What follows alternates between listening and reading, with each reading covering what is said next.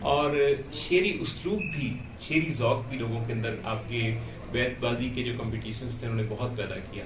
اور آپ کو جو ہر ایک تھوڑی دیر بعد کوئی نہ کوئی شعر سنایا کرتے تھے. تو میری خواہش ہوگی کہ اگر کچھ اپنے ایسے اشعار جو آج بھی آپ کو مزہ دیتے ہوں، خوشی دیتے ہوں اور احساس کے ترجمان ہوں. اب شعر تو اتنے ہیں کہ وہ رات بیت جائے گی اور شعر ختم نہیں ہوں گے، لیکن بہرحال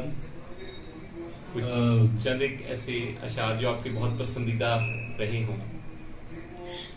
شعر کا بھی مسئلہ ایسا ہے جی کہ عمر کے ساتھ اس کی پسند اور ناپسند بدلتی رہتی ہے، ترجیحات بدلتی ہیں. صحیح. جب جوانی تھی تو کچھ اور طرح کے اشعار اچھے لگتے تھے، تھوڑے سے ڈھلے تو کچھ اور طرح کی باتیں. اب بالکل ہی اور طرح ابوالکلام آزاد کی طرف آ گیا. شروع میں ہوا کالا دیو اور نیلی پری سے، وہ کتابیں بچپن میں جو پڑھتے تھے. اس کے بعد منٹو آ گیا، عزیز احمد آ گیا، عصمت چغتائی آ گئی، اور نہ جانے کون کون. اور پھر شاعروں میں ابو غالب کے یہ سارا کچھ سمیٹنے کے بعد اب ابوالکلام آزاد اچھا لگتا ہے. اچھا اچھا اچھا. ہم وہ سیاہ نصیب ہیں تاریخ کے شہر میں، کھولے دکان کفن کی تو سب مرنا چھوڑ دے. اور کوئی اپنی کوئی ایسا کوئی شعر یا کچھ ایسی نگارشات میں سے کچھ اگر عطا ہو. اے بھکارن ادک سوال نہ کر، واہ واہ. کون دامن کا پھول دیتا ہے. واہ واہ واہ. وقف کر دیں حیات جس کے لیے، وہ بھی قدموں کی دھول دیتا ہے. واہ. اے بھکارن نہ کر سوال کہ میں خود بھی تیری طرح سوالی ہوں. واہ. بھوک اگتی ہے جن زمینوں سے، میں اسی سلطنت کا والی ہوں. کیا بات ہے.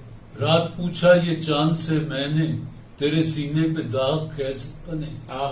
مجھ سے کہنے لگا کہ سن پگلے، تیری دنیا کے باغ جیسے بنے. واہ واہ واہ. کیا بات ہے. میں بہت شکر گزار ہوں آپ کے ان قیمتی لمحوں کے لیے. وہ جو میرا ایک خلش تھی اور ایک وہ تھا نا کہ کھو جانے کا احساس، وہ جو آپ سے قیمتی ریکارڈنگ تھی، آپ کے ساتھ بات چیت کی، جو میری شاندار میموریز میں سے ایک، وہ تو نہ ہو سکی، لیکن اس تازہ ملاقات نے اور اس تازہ گفتگو نے بہت ہی خوبصورت احساس. اچھا جی، آپ کو اللہ تعالیٰ بہت سلامت رکھے. بہت شکریہ. بہت بہت شکریہ.